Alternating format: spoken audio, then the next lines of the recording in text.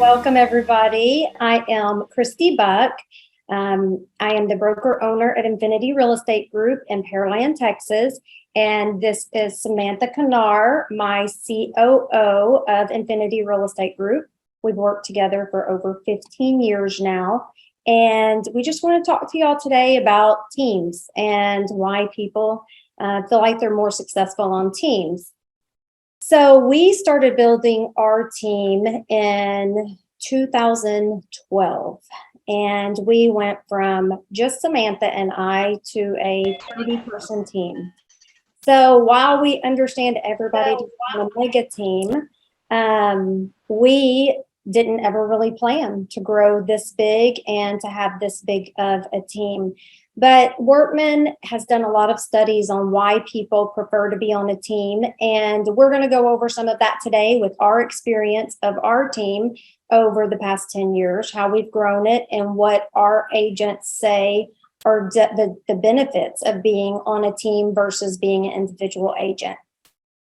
So I like to start out saying real estate is one of the easiest things to do to get your license. And it is one of the hardest things to learn without the proper support and mentorship and training.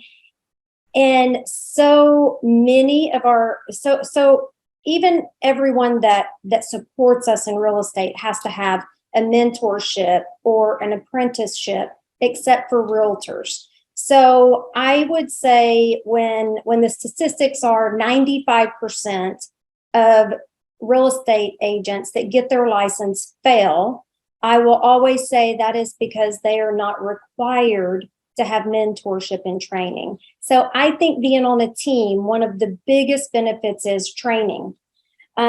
So 62% of real estate professionals say they wish they had more specific specialty training within their teams.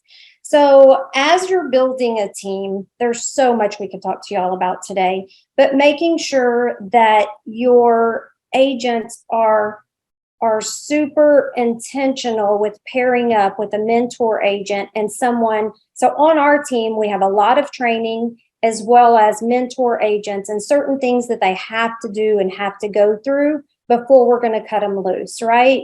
What we learn in real estate school does not prepare us to be an agent. So part of our onboarding is making sure that they do a whole series of things to make sure that they're competent to be an agent and represent my name on the team. Where does Samantha come in? She runs this entire team.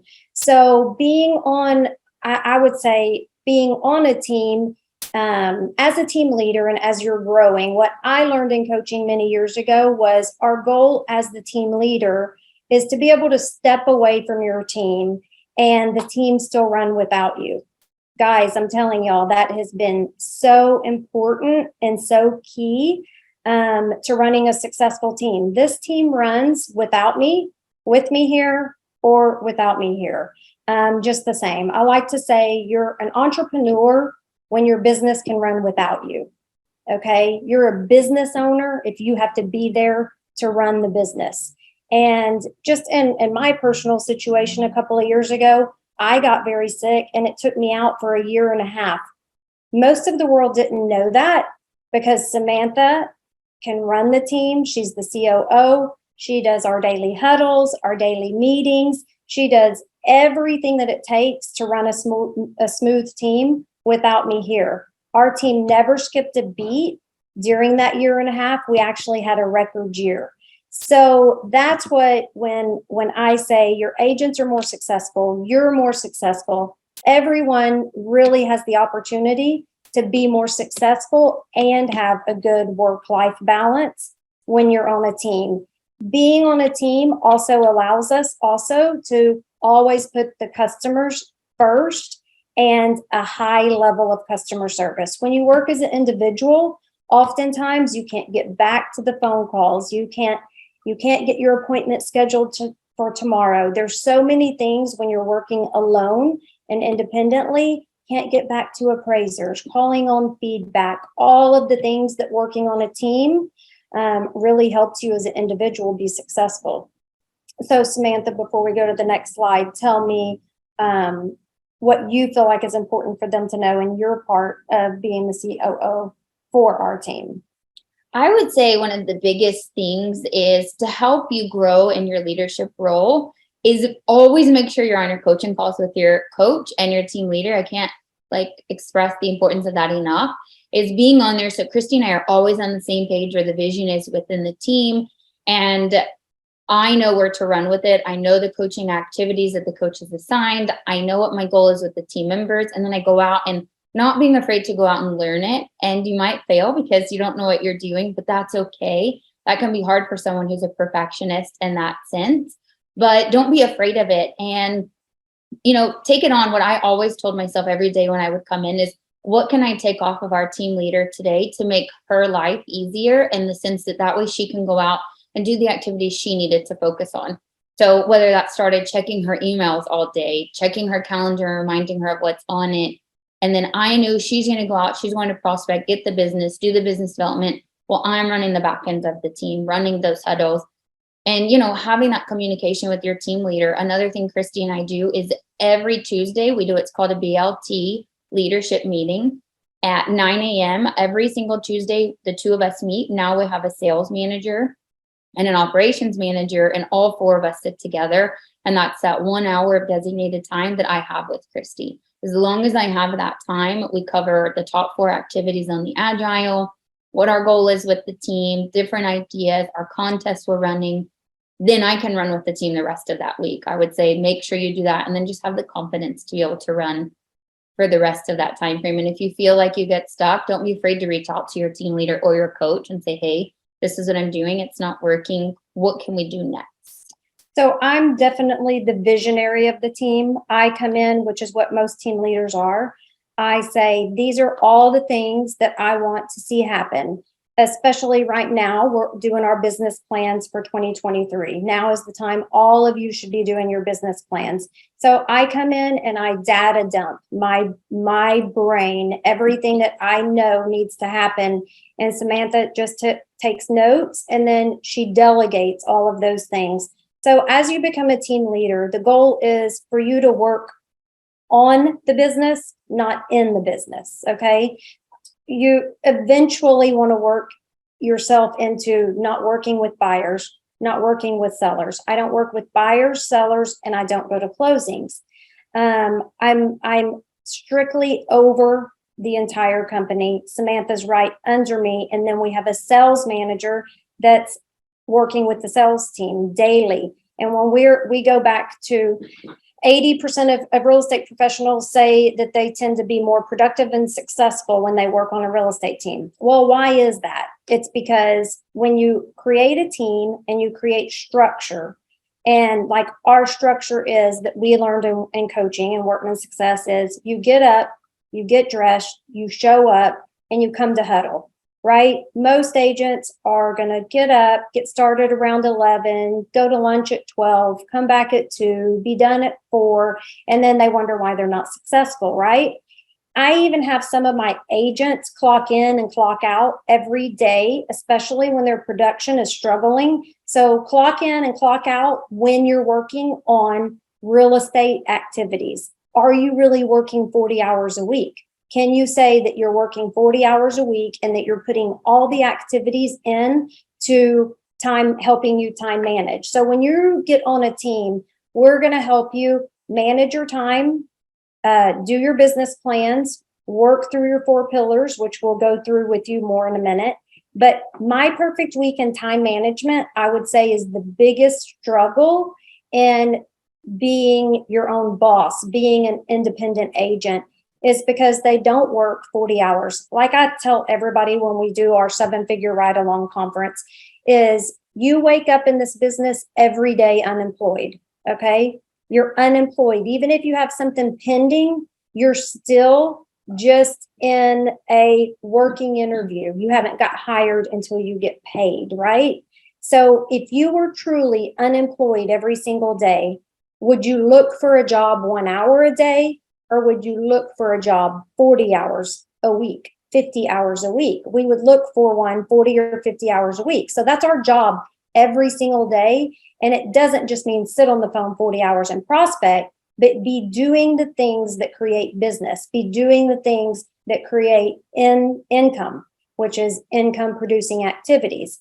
95% fail that get their license because they don't have the proper training and they aren't able to manage their time. So I always say it doesn't make a lot of sense to me, but it is the way it is for somebody to cut and color your hair, they have to go to school 40 hours a week for a year in person.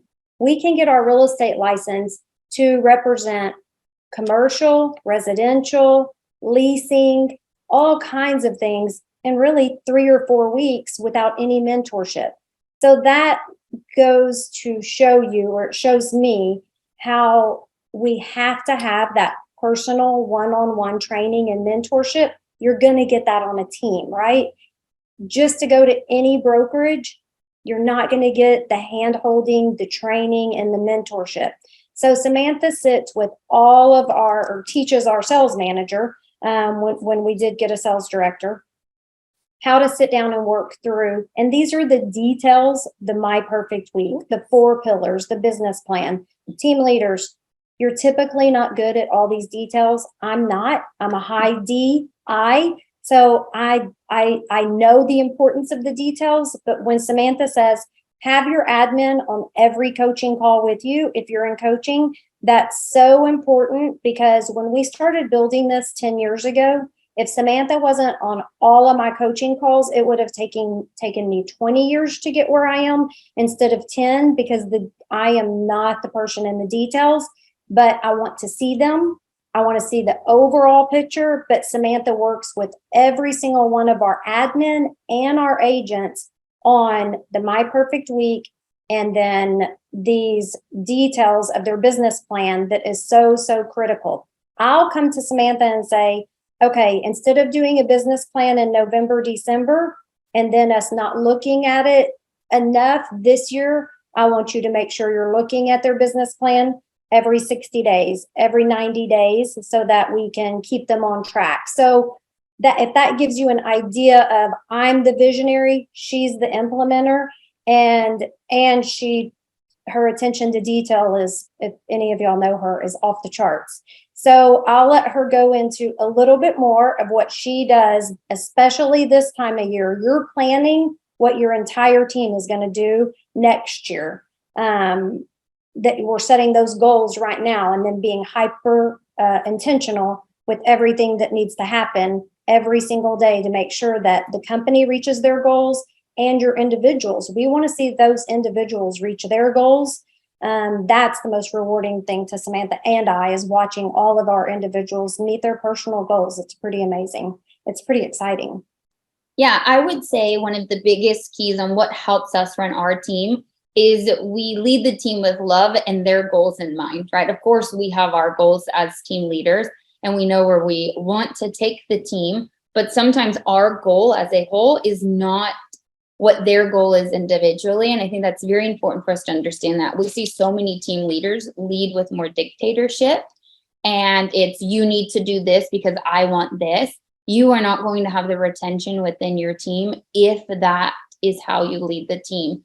And we've had to learn through trial and error and experience on bringing that out in them. So when I go back to that team study and I look at 80% of them saying they're more productive and successful with being on a team, you have to lead them to be that way. You have to understand the business plan. Starting in what month? We're in October. The end of September, we launched our business plans for 2023.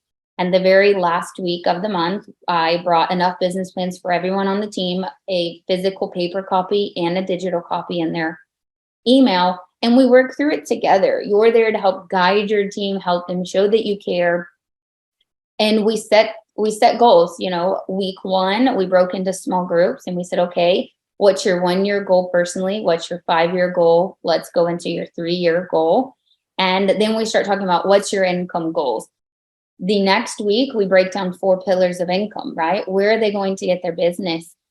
Today's meeting this morning we had with the team, is, and I would encourage you to do this also, your team needs to know where your vision is for the company. We opened our Agile this morning. One big task we're getting back to is 60 listing appointments in a month. And even in today's market, we feel that's possible. But we had to explain that to the team and break it down and let them help contribute.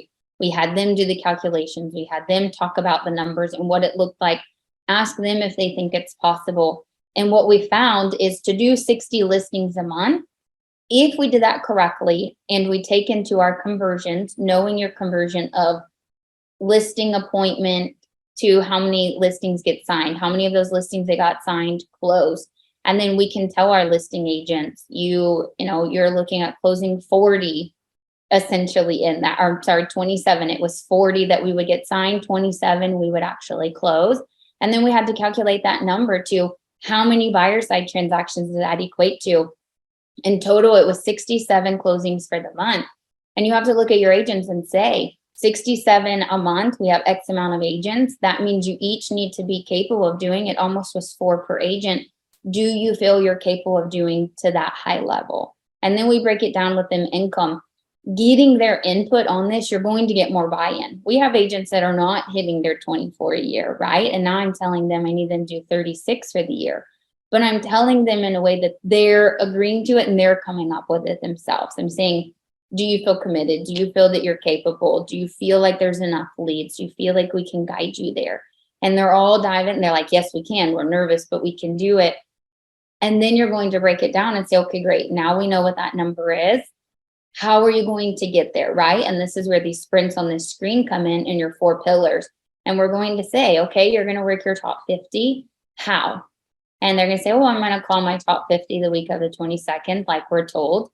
I'm like, okay, but how? You want it so specific that 4 pillars of income tells him what to do on a daily, weekly, monthly, quarterly basis. So at any given time, when that agent is stuck, I can pull that out with them or our sales manager and say, hey, you committed doing 2 top 50 lunches a week to get you X amount of face-to-faces. You committed to holding 2 open houses a month.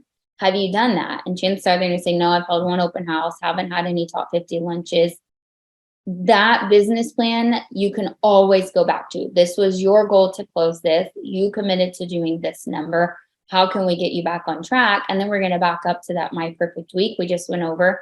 And now we're going to time block with them and put it on paper. Thursday, 1 to 2, you're working your top 50. Wednesday, noon to 1, you're going to lunch with so-and-so.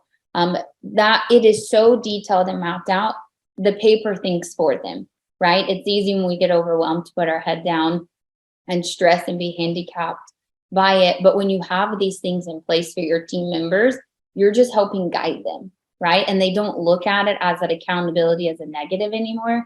Now they look at it as a positive of, oh, wow, Christy and Samantha really care that I hit my goals, right? I don't need to know that they went to lunch with these 5 people this week or they did this in a 30-minute increment, but I know it's important to them to hit that goal at the end of the week and the end of the month. So we're going to guide them with their goals in mind. And if you see if you see that they're doing the activities as a team leader, you see that they're doing the activities, but they're not, the pendings aren't showing, then there's a problem, right?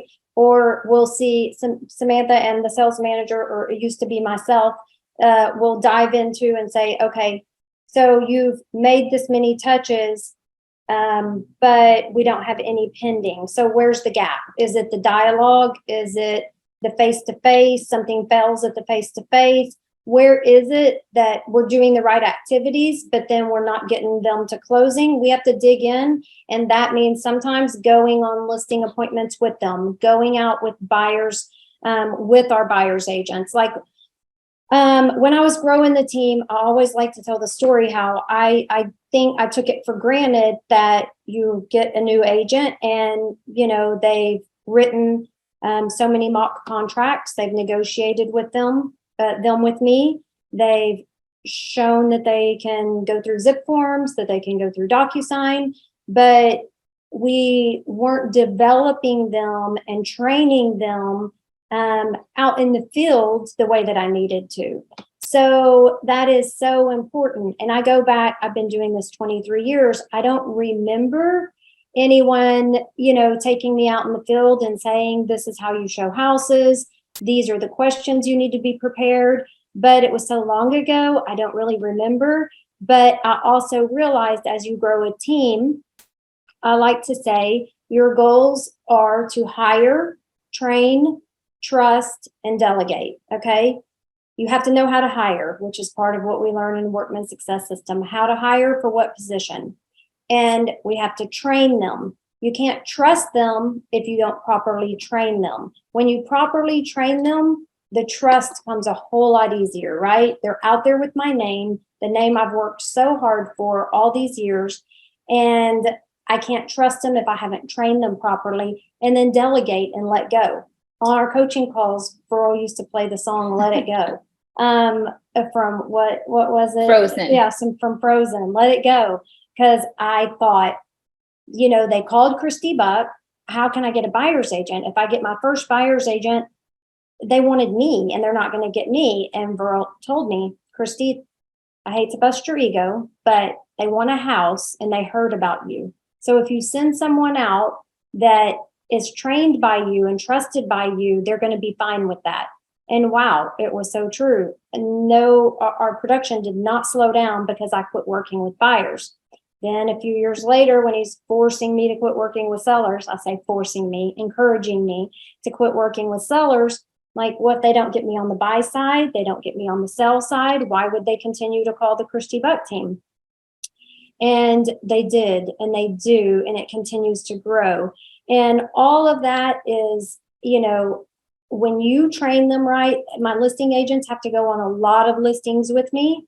They have to listen to me, and then I go watch them and observe how they're doing it before I set them free to do it.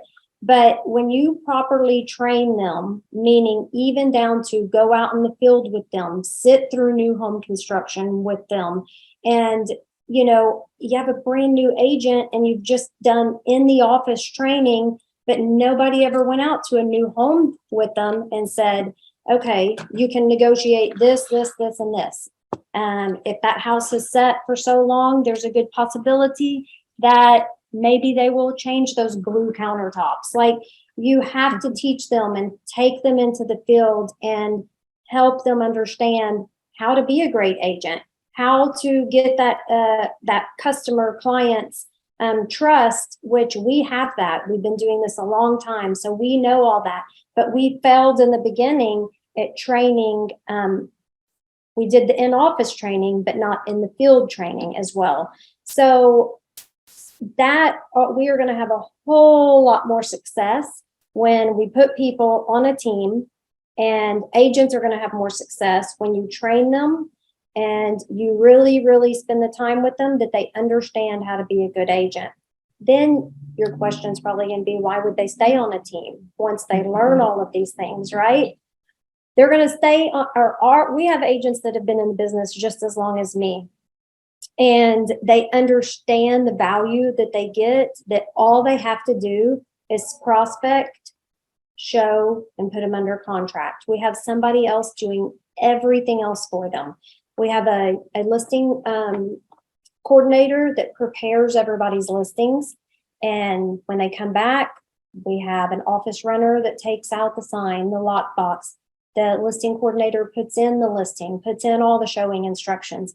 We have transaction coordinators that do every single thing once it's under contract, even a listing or a buyer. So our agents completely understand what is done for them for their commission split, and it's more important to them how much money they take home to their family than their commission split. It also creates so much work-life balance, right? I really, really encourage my agents to team up with somebody that they trust and take every other weekend off, right? The biggest thing in real estate is burnout. We all burn out because we never take off. But if you are on a team, you can say, I'm going to take every other weekend off. And some of them are like, ooh, I can't do that. Okay, 1 weekend a month. I challenge you to take 1 weekend a month off. And it's just a better work-life balance. Samantha, 50. So I will show you, if I know we keep referring to this team studies. This is a team studies that Workman did a while back, not including anyone in the Workman house, right? These are teams elsewhere. And so much of this is so relevant. So if you don't see this, I believe you'll get a copy or an option to get a copy at the end. But when she's talking about personal life balance, I mean, right here, 55% of real estate professionals believe being on a team has had the effect on their personal life that they had hoped for. On our team, I would even be willing to bet this is higher because we push this so much in leading our team. Like, it is important to us that our team members hit their professional goals, but it's even more important that they hit their personal goals. And when we do those business plans, that's the first thing we dive into is, what are your personal goals? Why are you doing this? What are you trying to accomplish this year?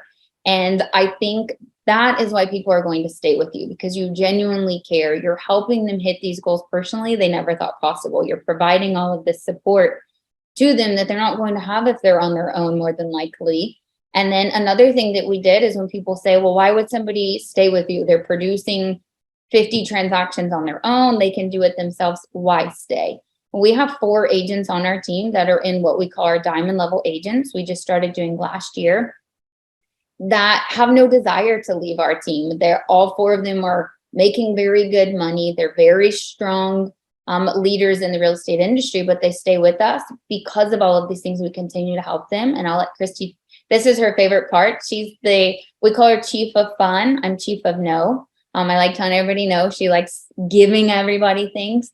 So we've started this by elevating our team members by their production and making sure that they feel and they know that we value their success and we set them apart. Do you want to go over this part? Sure.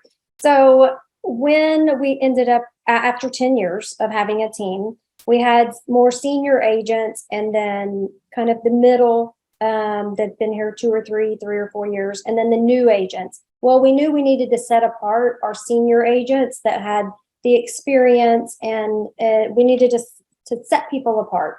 So our diamond level agents they are making on their side a minimum of $125,000 a year. Then we have gold that's like $85,000 to $124,999. Silver below that, standard new agents below that. So the numbers aren't important. Everybody's in different price points, so your numbers may be different. But every year I have a kickoff party in January, February, and I recognize and do something really special for all of our agents, because they're all working hard. Even the new agents are trying and learning, but we do a kickoff party, and the diamond level agents, last year, they all got tag watches. So I had the tag company come and they got to pick out of 5 watches that fit in the budget. Now, these are things that I saved for all year long. This is an expensive party. It's a kickoff party for them to understand that I appreciate them staying on the team. We provide a lot, but where we give a lot, we expect a lot. And then, the gold level agents got all different price point, the same price point I spent on each of them, but all Louis Vuittons.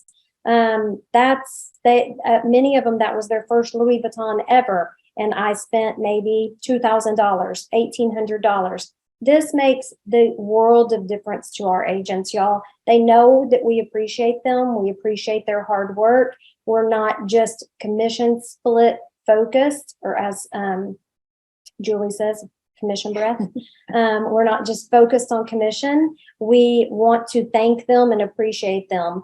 So, and then we do the glass awards. They love these awards that show what level they are each year. So we're not with a big franchise, we're a boutique company. So with the boutique company, we're not going to a big awards thing. So we do them in office. But really, and then we include the admin. We always want to include our admin. The harder that our agents work, the harder our admin works. So, I mean, these are all the admin got Michael Kors purses. We did bags. It's just culture. So that's really what we're focused on right here, is maintaining your culture all year long, as part of building your team and retaining your team. I will tell you another big part I think a lot of team leaders miss in retaining their agents that you pour months and months and months of training into is, especially new agents, team leaders, we have to help them understand budgeting, because if they do all their activities that we encourage them to do with their My Perfect Week, we shouldn't have peaks and valleys, right? That's why we're working on My Perfect Week all the time, is to not have the peaks and valleys in real estate. However, we just do, right? There's months that you have 3 pending and 3 fall apart. You have 5 pending and 3 of the 5 fall apart. So I go through every year trying to teach my people how to budget. And I know that sounds like we're adults, they should know that, but a lot of people have to get out of the business because they live on the feast or famine, right? They either have a $15,000 month and they spend $15,000, and then they have 2 months, everything fell apart, and it forces them to have to get a full-time job where they're back to the paycheck. Okay. So I encourage them when they start to set up their tax account, be prepared to pay their income tax at the end of the year, and to pay themselves the same amount every month, no matter what they make. So if they need $4,000 a month and they have a $15,000 month, I go over these conversations with them in the very beginning, that I want them to try to do their best to pay themselves the same salary every month, whether it's a great month or a bad month, so that they're not forced out of the business. And how is it my business to get into their personal finances? Some may say no. However, I am pouring a lot into training them, all the hours that we're paying support staff, sales manager, COO to help train them, get them going. So I feel like going all the way to the foundation is important, right? I have to teach them how to, I personally messed up at 26 years old when I didn't put up for taxes. I was young and dumb and had no idea that the CPA was going to tell me to send in $28,000. And I'm like, for what? What are you talking about? I always get 5 or 10,000 back. And now I was just young and dumb, and we can't overlook that some of them are, and tell them in the very beginning, and we'll help you budget, and we'll sit down and do a budget with you. We even will help them hold money back for, I expect them to do 2 conferences a year. So our bookkeeper will hold money back to help them budget for that. I know we're working with adults, but y'all, we have to help them, because a lot of them are just really truthfully flying by the seat of their pants, but we want them to, continue their education, expand what their knowledge is beyond our team. So that's what we go to conferences for. That's why we go and surround ourselves by people that are better than us. One of the things I wanted to go back to the awards a little bit, and then I'm going to go back to the business plans, is somebody asked in the chat, do you reset the awards each year? We do. So everything starts over January 1st.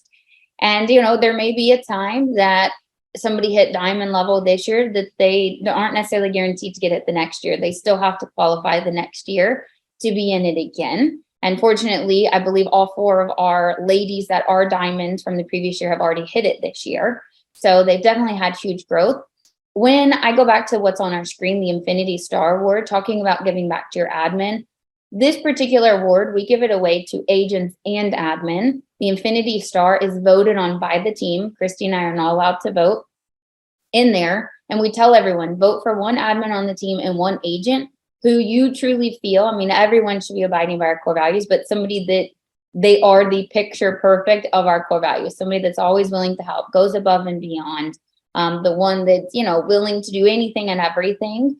And everyone gets to vote. We go through, we calculated it, and then we pick the person that had the most votes. The fun thing on the admin is every single admin had at least 1 vote. So I think that was reassuring to Christy and I to see that we had the right admin on our team. We have such a good culture fit on the admin, and there were some very close ties. There were 3 of them that were neck and neck on the numbers. Alyssa, as you see on the screen here. She won, and we made it a big deal. You'll see she got a Louis Vuitton, she got a perfume, she got a little custom bag with some goodies in it, and she also got that glass award that has a star. She has it sitting on her desk, and everyone knows it's coming up for the next year. And our agent that received it, same thing. We make it a big deal. We also made custom email signatures for everyone and their different levels. So our diamond level agents, we call them sales partners on our team. So it says diamond level sales partner. It's this really nice signature that only those 4 have. Alyssa has her infinity star on there. We just try to take everything to the next level and make people feel special and make them stand out. Every month we do monthly awards. We have a sign out at our street, our marquee sign, and whoever is top agent of the month for listings or buyer side, they get a paper award here in the office during our office meeting. And it's always, we have a schedule. The second Wednesday of each month is when we're handing out those awards from the previous. And we're also announcing it on our social media. We're tagging that agent. We're putting their face and what they won out on our marquee. Clients are driving by all the time. Like, they look forward to these things. It's a big deal to our agents. They'll say the sign was down last month. So are you going to get, I mean, that, do I get my fair time back up there? Yeah. Do I get my time back up there? And that's the agent retention. So I know that a lot of people feel like, as I build my team, am I building it just so they can go down the street and be my competitor and go somewhere else? If you create the right team, the right training, the right culture, the right support, like our top buyer's agent has her own full-time assistant, right? You have to help them build a team within a team. So we're going to take a smaller piece of a bigger pie, because she felt like she couldn't grow anymore here being a buyer's agent. We have to help them grow. We have to help them stay on the team and still provide them with the support that they need. And she's capped out. She was maxed out. So being a buyer's agent, when they get to whatever she was, over 150,000 a year, then she gets her own assistant. So that's worth it to me to pay her assistant 35, 45, or whatever she makes, I don't know, $1,000 a year to retain Melanie as my top buyer's agent. Otherwise, she can go down the street and, hire and start building her own team. She doesn't want to. She doesn't want to deal with the training, the handbooks, the mentorship, all the things that we do for her. So those are the things that I think help you with agent retention. And we don't retain everybody. There are people that that they think that they learn everything and they go somewhere else. The question is, how many have ever left here and done better? And Burl recently asked me that, and honestly, I can think of one. And we've had, lots of them leave because they feel like, I know it all, I'm not going to do this commission split. But a couple of them have asked if they can come back. Sometimes they can, sometimes they can't. It just depends how they left. So we also, this time of year, along with the, we'll keep this short and quick so y'all can ask questions as well, but we do vision boards. We take a whole day and we either go to my lake house or my house or somewhere, and we try to get out of the office so that they're not working and running to their office working all day. And we want them to do their vision boards. Like, if they want to travel, post pictures of where they want to go. And then we help them break that down into their personal goals. Okay, if you want to go to Paris, you need to save $1,300 a month for how many months to take how many people, or $700 a month, whatever it is. And we help them achieve those. And it's so rewarding. It really is. I looked up on Facebook one day this year and I texted Samantha and I said, Shelly took her girls to Disney. That was on her vision board. And I saw, because I was out of the office, I saw that they were at Disney. And when you help them and you see everything that they put on their vision boards, and then you see them start reaching those goals, it's super exciting. Before I did the kickoff party, somebody was asking in the chat, do your awards change each year? I've done trips instead of gifts. Okay. We all went to Cabo one year. The whole team went to Cabo one year. And then we also went to Destin one year. So I rented a beach house big enough for, 20, 25 people at the time. And, I mean, you have to cover your basis and make sure that, you have them sign. You're not responsible for any of their foolish behavior or anything like that, but we covered our tracks and we all went to Cabo and we've all gone to Destin, Florida. The reason I haven't done the trip in a while is because like Samantha said, I'm the coordinator of fun, and I have a very hard time leaving anyone out or leaving them behind. But I also felt like that the people that worked way, way, way hard and did great are getting the same reward as the people that just kind of done the minimum to get by. And I don't feel like they should all be treated, the same. Why do you take everybody, even if they barely produced, out of town to a 5-day vacation, and the people that worked their tail off got the same thing? So that's when we kind of shifted it towards the kickoff party instead of the trips. And trips are hard for us all to be out of the office. So we've tried all different things. As we've grown the team, it's trial and error, and there's pros and cons to everything we do. So it's not saying we won't go back to the trip. We might just take our top producers on a trip. And then, it's culture. It's always trying to think of, this is a family. So I think when you create that family environment, it's so important. A lot of people want to be a part of something. That's the other reason they want to be on a team. They don't want to just wake up and work by themselves all day. So I think that's a big part of the environment that you create every day. Like just right now, you can work out at our common area and they have lunch together. There's a whole group of them that have lunch together every day, and they like that. They like the networking that they get inside of the office versus just being an individual agent working from home. And all of this, and let me tell you, we didn't start here. No. You don't start here. You do it one person at a time. Admin, if you don't have an admin, you are an admin. So if you're a team leader without an admin, some people think, well, I don't produce enough. I can't afford an admin. Yeah, you can. You pay them by the file at that point, right? You pay them per closing at that point. There's ways to do all that your coach will walk you through. But let me see, how long do we have? So we have time for questions. Yeah, we have about 17 minutes left. If you want, you can come on and ask us questions. If you have the ability to unmute, you can put them in the chat. Whatever you prefer. There was one in here that said, do you provide your team with leads or only based on their production? Yes, our team gets leads, but if they're not keeping up, I'll let you answer that. If they're not, Samantha's the lead police. So all of our that's funny. I need a badge that says that. So all of our agents do get put on leads. The soonest we put somebody on leads is probably 30 days in, but typically it's not until 2 to 3 months down the road they get put on actual lead flow. Our higher producers, there is a little bit of conversion difference. They get a little bit more opportunity on some of our sources. However, everyone is on leads. We do provide them, but they have to be here doing huddles. They have to show that they convert. They have to be doing all of the things that we put in place, our metrics that we track. Otherwise, they will be paused on leads. First time is typically a day.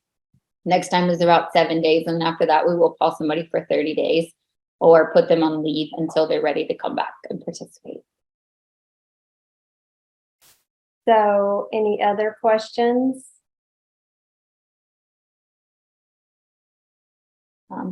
How fast did you build your team? And at what point do you think you had enough team members? I would love to say there was a point to where we felt like we had enough, but so right away, I'll tell you my experience as a team leader is when Burl said, get a buyer's agent. This was in 2012, coming out of a recession. And I'm like, I can't afford a buyer's agent. I can't afford to give up, 50% of my commission. And he had to help me understand that I only had so many hours in the day and that I had to let her do some for the weekend while I was doing some. And then, I'm not giving anything up, but I'm gaining. So we got our first buyer's agent right away. And then right away, we needed another buyer's agent. How quick did we continue to get buyer's agents? I mean, at first it was definitely slower than it is now, right? We had our first buyer agent probably about 6 months or so. Coaching. Yes, after coaching. Actually, it took us a year into coaching before we added an agent. And then we added our first buyer agent. Probably 6 months later, we added our next. And then the last few years is when we had the largest growth. We hired 9 one month. At the same time, we hired 6 the previous. So it really just took off fast. We've been in coaching 10 years now, going on 11. If that kind of helps you with our timeline, we still need agents to this day. Yeah, probably is. So a good measure though is every 25 leads you get a month, you should have a buyer's agent. Okay, so as long as you're tracking your leads, every 25 leads, because those are going to go into their hot, nurture, watch, and then so 25 a month is all that they can manage as they're categorizing them, working them, and nurturing them. So we do not have ISAs. I think I read, do y'all have? We've tried it all. We've done it all. But as long as my agents don't have at least 2 or 3 pending, they need to be the ISA. They need to be calling and having those conversations and nurturing and looking for business. So the agents that are busier have a part-time assistant. So the company provides a part-time assistant for all the diamond level agents to help them through their top 50, their pop buys, their prospecting. But anybody that doesn't have at least 2 pending, they should be doing their own prospecting. Let's say there's a lot of questions coming in, which I love. How do you find a Samantha? That's a really good question. I will say, and I'll let Christy answer also, is I always tell people Samantha I am today was not Samantha I was 10 years ago. I've been with Christy 15 years, and 15 years ago, Samantha was very different. But I do think there are certain skill sets that you have to find in that person, have that potential still. I was Christy's babysitter when I was 17. And then at 19, I was in college and I just needed a part-time job. Christy was hiring. She interviewed me. She didn't think I would make it long, and now she can't get rid of me. Sometimes she probably wishes she could. Mm-hmm. But how would you tell people to find a Samantha? So it's all in who you hire, right? So Samantha has if any of y'all don't know, Samantha and I do a 2-day conference. It's called 7-Figure Ride Along. It's up on the Workman website now for registration. We go over the hiring, how to hire, who to hire. When you're looking for a Samantha, you're not looking for a DI, you're looking for a SC, right? In the disc. Their attention to detail, supportive, sittable, like that's the SC. So hiring the right person is key. And if you asked me that, I was never going to hire Samantha. She was 19, she's in college, she's not going to stay with me. I'm going to train her and she'll be gone. And I was wrong, right? Here she is 15 years later. And we have, a someday exit strategy. I'm going to give her this entire baby someday. So I would say finding somebody that has the right skill set, which is the S and the C, and then understanding where they want to be. And Samantha, like I said, it's too much to go into now, but she has very detailed things she does to hire a admin compared to an agent. They have to have a strong skill set that she has: computer, technology, details, spreadsheets, and understand the tracking. And you develop them. Like she didn't know what earnest money was the day she sat down in my office. So I didn't develop her skill set that she has that I don't have, but I developed her on how to lead and how to take charge and, all of those things. So, and that came with a lot of, growth and time. Absolutely. Okay, so the next question, I'm going to hit them a little fast now. It sounds like you have about 25 to 30 agents. Is that correct? Does one person sales manager do all the one-on-one shadowing on appointments, or have you broken the team up? So we actually have 14 actively producing agents at the moment. We have a couple that are out for different reasons, on personal leave, or one is on maternity leave. So for the most part, our sales manager just started with us in November. So I don't mean to interrupt you, but don't think that we have one admin per agent. Yes. Like our commercial department is a department. Okay. Correct. So our commercial department has 3 people in it. And they're all agents, but some are admin to the commercial agent. Yes. So and you can't say we have 1-to-1, and one's a bookkeeper and one's an office runner. So when we say 32 people on the team, we're counting bookkeepers, office runners, right? Commercial department. So it's not 1-for-1, if that's what you're thinking. So we really have 16 agents, just 2 are not. Correct. Everyone on our team is licensed. Our agents, though, prior to our sales manager, yes, there was just one of me that did our one-on-ones. However, I would break them into groups.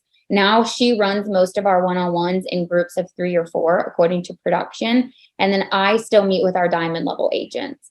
For now, hopefully the goal is eventually she will be in that role long enough. They will trust her to take over that. And we meet with them. A couple people have asked how often we do one-on-ones. Every 2 weeks. We meet every 2 weeks with the agents, whoever's in our group of one-on-ones. We have a one-on-one sheet that we fill out.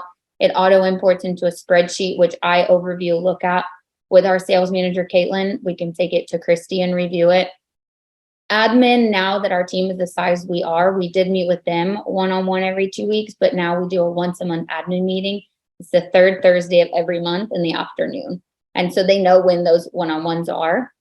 How did we find buyer's agents? So we asked our transaction coordinators, who did you enjoy working with on the other side? Who was a pleasure to work with?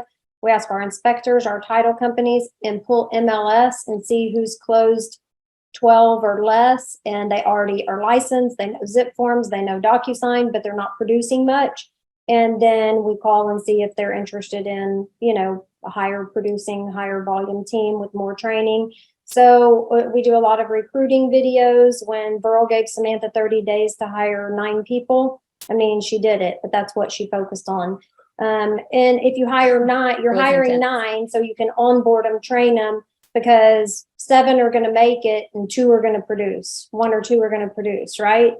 So that's how you have to have the volume of buyer's agents. I will say, do what your coach says when he says to hire, because 9 in 1 month, that was intense. That was intense. So one person said, do you have buyers and listing agents, or do you allow them to do both? So we have it split up, buyer agents, listing agents. However, we have become more flexible on that. If it's a repeat client or a referral, they are allowed to work it as the opposite. So buyer agent can take a listing if it's a friend or family member. However, they have to have a mentor agent on that file so that we know they're taken care of. The next one is, you mentioned you do business plan meeting for the following year in September. How often are you reviewing them? And how long does it go for typical for the September business plan meeting? So we run it, our business plans are due on October 31st. So we have an entire month. This is the first time we've done it in 1 month. I normally will stretch it out to about 6 weeks. And each week we're meeting on a different topic in our 2-hour office meeting. We'll take about an hour of that 2-hour meeting and do it together. Every day we meet for huddle for 15 or 20 minutes. On Wednesdays, we meet 9 to 11 for a full-blown office meeting. So on Wednesday office meetings right now is where Samantha's working through their business plans with them. And we bring those, we do quarterly reviews with all of our agents, so we're pulling out those business plans and reviewing. But the first Wednesday office meeting of every month, the team bring their business plans and their vision boards, and we talk about them the first half of the meeting also. So we're constantly pulling those out. We made the mistake years ago of not pulling them out except once a quarter or once every 6 months. It was too late to go back and try to hit some of these goals. When you are in team leader purgatory, which is the transition from getting out of sales and into running the business, what was your biggest aha pivot moment that earned you wings to team leader? That would be Burl Workman making her hand her phone over to me one day and saying she's not allowed to take it back. But I'll let you go further into that if you want. So, Burl just pushing me to get out of production and really saying, okay, I had my cell phone, I had marketed everywhere for all these years. And he just made me one day in a coaching call. He had already said, go get a second phone. So I went and got a second phone, and then I carried both phones around forever. I wasn't giving one up to the buyer's agent. And then in a coaching call, he said, take it from her and don't give it back. I tried to negotiate that. I said, how about if Mona can have it while she's sitting by me, but when she goes home evenings and weekends, I keep the phone. Nope, that wouldn't work. So it was just pushing me and encouraging me that they can do it, and they can, but us team leaders don't think that anybody can do it as good as us. And they may not be able to do it exactly like you, but I promise you they still get it done. And you come in on Mondays and 10 deals went under contract, and it wasn't because you were the one out doing it 24/7. So it's worth it. Do it. So we have another one asking, I'm a new agent. I have my training center consultation with Workman Success tomorrow. What information should I have ready to be successful on the call? I currently do not have a lot of contacts in my sphere. So do you, have your admin on the call. That's the number one thing I can tell. And unless if you don't have an admin, then talk to your coach about getting an admin. Workman Training Center, there's so many tools in there. They will tell you what to bring from that call. I think you'll get a clear vision on the buyer agent side of training, agent side of training, the admin side. They will give you a lot of those documents that you're looking for. It's hard to know. You don't know what you don't know. They'll help guide you tomorrow on that. What does your onboarding process look like for new agents? And then what are your expectations of your listing agents? So our onboarding process is, again, in Workman tool. It's in the Workman. You just search the onboarding, and it is 2 pages of onboarding, everything they have to do, write so many contracts. Well, ours is probably a little more intense than Workman's, but they have to write so many contracts with me, shadow a senior agent for so many hours showing.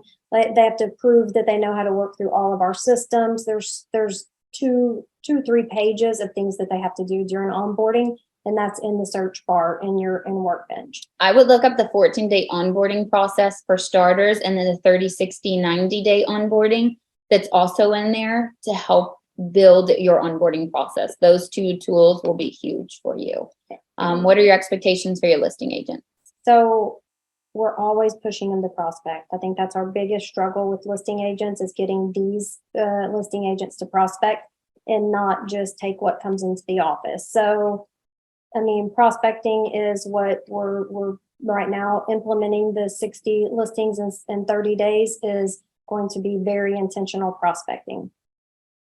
Awesome. I think we hit all of the questions that were in there. If we did not, we have a couple of minutes if you want to retype it. I believe we hit all of them.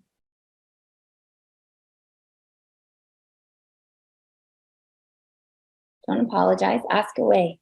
Did you say 60 listings in 30 days? That is correct. That is our goal. This will be the 3rd time we've launched it in the last 1.5 years. First time we failed up and we hit about 40 listings in that month.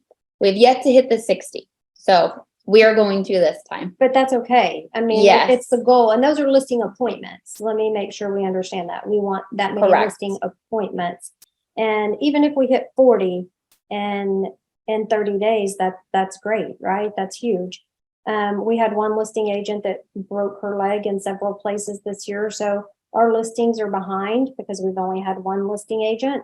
And Lori was out for 4 months. So, everybody has circumstances, right? Life happens. And, but we still want to push through and get our goals as high as we can so that we do our best to try to achieve them. So when your buyers take a listing, is it in their signage or the team signage? Everything on our team is in Christy Buck. So everything is in our name or my name. And then they're still appointed on the intermediary. So it's still with appointments, but we do all the signage in the office name and the office phone number, and whoever's on leads that day is getting the leads off of all the listings. Paul, I will tell you, we're very limited on time on the 60 listings for the month. It definitely can be done. Asking if we have a step-by-step game plan. So this is where Agile comes into play. One of the big things that helped us is going back through and calling our past clients from the last 2, 3, 4, 5 years that sold with us. And, now they have so much equity in their home. I would say start with that, but get your Agile and start writing all of those things that that worked. Going back to geographic farming, what does your social media plan look like around those listings? Calling those clients 2 to 5 years ago. Hopefully that will help you get that part going. And we're still editing it. So if I ever get it correct, we will definitely share. Thanks so much. You're very welcome. If a buyer's agent is producing for producing for a set amount of time, what's the cutoff when you let them go if they're underproducing? If they're prospecting and underproducing, if they're doing what they're supposed to be doing, then that is a development and training issue. Okay, so if they're doing the activities and that's either a scripting issue, it's a face-to-face issue, we're going to dive in and see where the ball is getting dropped, because you cannot, like I tell everyone that comes to my team, if you're on this team not making six figures, it's your choice. Okay, I'm going to tell you and teach you every single thing to do, and if you do all of those things and you're not making six figures, it's because you're not doing all of those things. But if they say, look, I'm doing all of them, Christy, and I can't get anything to stick, then I have to get involved and figure out where we're missing, what we're missing. Is it on the face-to-face? Is it that you can't overcome the objections on the telephone? What is it that we're dropping the ball on? So they're not going to do the amount of work that I tell them and not be successful unless I'm missing something that I need to help develop them on. If they're still just not developable and they're doing all the work, then, sometimes we have to release them to share their talents with others. I know we are officially over time, but if you take a picture of the QR code on the screen that I put up, you will have access to the slides. I'm pretty certain, Workman, correct me if I'm wrong. You'll have access to the slides. You also get a free copy of the business plan workbook, the My Perfect Week, and then their strategy session with Workman. And I believe they'll have some other tools kind of in there. And like I said, if you don't have access to the team studies, I would reach out to your coach and ask, because I think that's a good tool for you to use in your office meeting. That's it. Good luck, everybody. Hope this was helpful. Hope it was worth your time. And it looks like we're doing another next month. Awesome. Thank you. Thank you.